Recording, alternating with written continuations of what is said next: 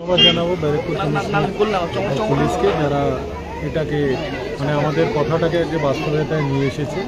এখানে বড়তর থানা নির্মাণ হলো, আজকে তার শুভ উদ্বোধন। আজ থেকে কার্যক্রম চালু হবে। এখানে এক অফিসার এবং এএসআই 2 জন এবং বাকি ফোর্স থাকবে। এখানে 10 থেকে 12 জন থাকবেন এবং কমিশনার অফ পুলিশ অলোক রাজেরিয়া আজকে কথা দিয়ে গেলেন আরও ফোর্স বাড়াবেন এবং এখানে উনি ব্যারাক বানাবেন যেখানে আরও ফোর্স থাকবে এই অঞ্চলটাকে পুরোপুরি দেখার জন্য। এবং উনি এই আশ্বাসনও দিয়ে গেছেন যে এই অঞ্চলের মানুষ যেটা আগে একটা ভয়ভীতিতে থাকতো সেই ভয়ভীতিটা তারা যেন কাটিয়ে নেয় এবং আগামী দিন এখানে শান্তি শৃঙ্খলা হবে।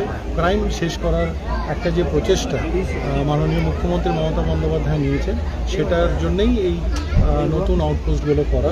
এই আউটপোস্টগুলোর এখন যেভাবে নির্মাণ হচ্ছে, এটা আপনি একটা মিনি থানা বলতে পারেন। এখানে এসআই থেকে আরম্ভ করে এসআই, এখানে এএসআই থাকবে, এখানে লকআপ আছে, এখানে জিডি নেওয়া হবে, সম্পূর্ণটাই কাজ করা হবে। আর একটা থানার যে ভূমিকা, যে কাজ, সেই কাজগুলো এখান থেকে হবে। আমি ধন্যবাদ জানাবো ব্যারাকপুর পুলিশ কমিশনারকে। 2019-এ যে মানুষরা এখানকার তাণ্ডব দেখেছিল, সেই তাণ্ডব বন্ধ করার একটা প্রচেষ্টা সেই সময় থেকেই ফানিটা করা ছিল, সেটা হয়েছে। তার জন্য আমি সবাইকে ধন্যবাদ জানাবো, বিশেষ করে ভাটপাড়া পৌরসভা যার সহযোগিতা এবং মাননীয় মুখ্যমন্ত্রী মমতা বন্দ্যোপাধ্যায়। দাদা, গোলঘরে একটা আউটপোস্ট করার চিন্তা ভাবনা পুলিশ কমিশনের তরফ থেকে নেওয়া হয়েছে, পৌরসভার তরফ থেকে জায়গা দেবে, এরকম একটা স্যাংশন আছে। আমরা আগামী দিন নিশ্চয়ই একটা সুইটেবল জায়গা খুঁজছি, খুব বিজি জায়গার একটু অসুবিধা আছে। আমরা জায়গা খুঁজছি, জায়গা পেলেই আমরা সেখানে নিশ্চয়ই জায়গা দেবো এবং সে ব্যবস্থাও করে দেবো। দাদা, Bhatpara Golghar Bhatpara state general hospital ঢেলে সাজানো হচ্ছে, কি বলবেন এ ব্যাপারে? দেখুন, অনেক দিন ভাটপাড়া স্টেট জেনারেল হসপিটাল, যে হসপিটালটা শুধুমাত্র ভাটপাড়া নয়, জগদ্দল, নপাড়া, আমাদের পঞ্চায়েত এরিয়া সবটাই কভার করে, অনেক বিস্তৃত একটা অঞ্চল কভার করে। সেই হসপিটালটা খুবই খারাপ পরিস্থিতিতে ছিল বিগত দিনে, কেউ এর পরে সেভাবে নজরদারি করেনি।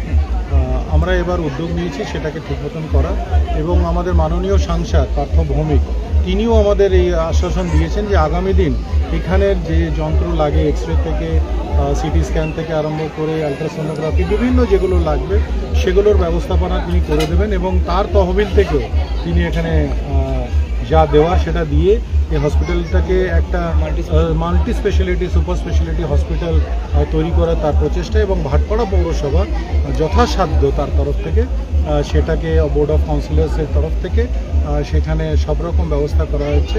এখানে দুটো ঠান্ডা জলের মেশিন আছে, রোগী বসার জায়গা আছে, সব রকম আলো লাগানো হয়েছে, রোড রাস্তা, এমার্জেন্সিটাকে নতুন রূপেও তৈরি করা হচ্ছে।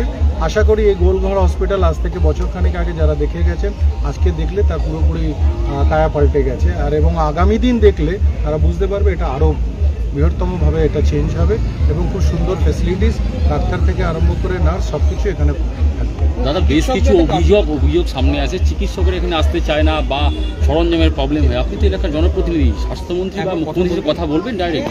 না, আমি আপনাদের কাছে স্পষ্টভাবেই বলি, একটা মানুষের মধ্যে, ডাক্তারদের মধ্যে, যারা দূর দরাজ নতুন ডাক্তার যারা হয়ে আসছেন আমাদের মধ্যে, তাদের মধ্যে একটা ভয়ভীতি কাজ করতো যে এই হসপিটালে সবসময় গেলেই ঝুঁঝামেলা হয়, মারামারি হয়। কিন্তু এখন আস্তে আস্তে সেই ভয়ভীতিটা কেটে গেছে। আর এখন অনেক ডাক্তার আসছে, রিসেন্টলি প্রায় 8 জন ডাক্তার আমাদের এখানে জয়েন করেছে। আর আশা করি আগামী দিনে তারা আসবে, তাদের যে প্রোটেকশন, তাদের যা ব্যবস্থাপনা, তাদের সবটাই আমরা দিচ্ছি এই তরফ থেকে, আমাদের মিউনিসিপ্যালিটির তরফ থেকে, আমাদের তরফ থেকে। আমরা আশা করি আগামী দিনে সব ডাক্তাররা আসবে আর এটাকে একটা পূর্ণ মাল্টি স্পেশালিটি হসপিটাল আমরা গঠন করতে পারবো। স্বাস্থ্যমন্ত্রীর সাথে কথা বলবেন?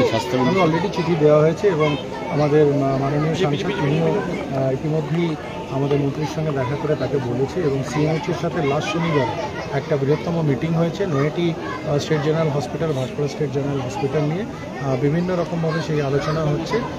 আশা করি কিছুদিনের মধ্যে তার রূপরেখার ডিপিআর তৈরি হয়ে সামনে চলে আসবে।